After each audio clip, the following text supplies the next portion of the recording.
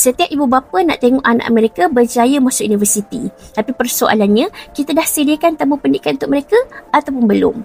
Okey, sebab bila kita dah tiba masanya, yuran bukan beribu tau, tapi akan cecah puluhan ribu ringgit.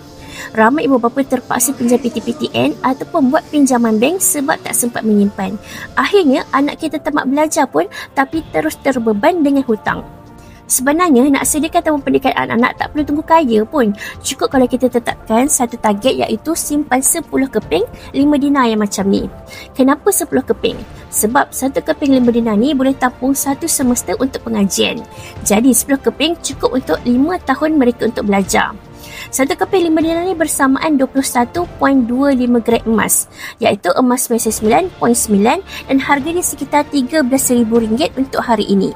Boleh mula buka akaun anak dengan Public Gold, lepas tu menabung melalui akaun emas Gap ikut pada bajet poket kita, serendah RM100 sebulan.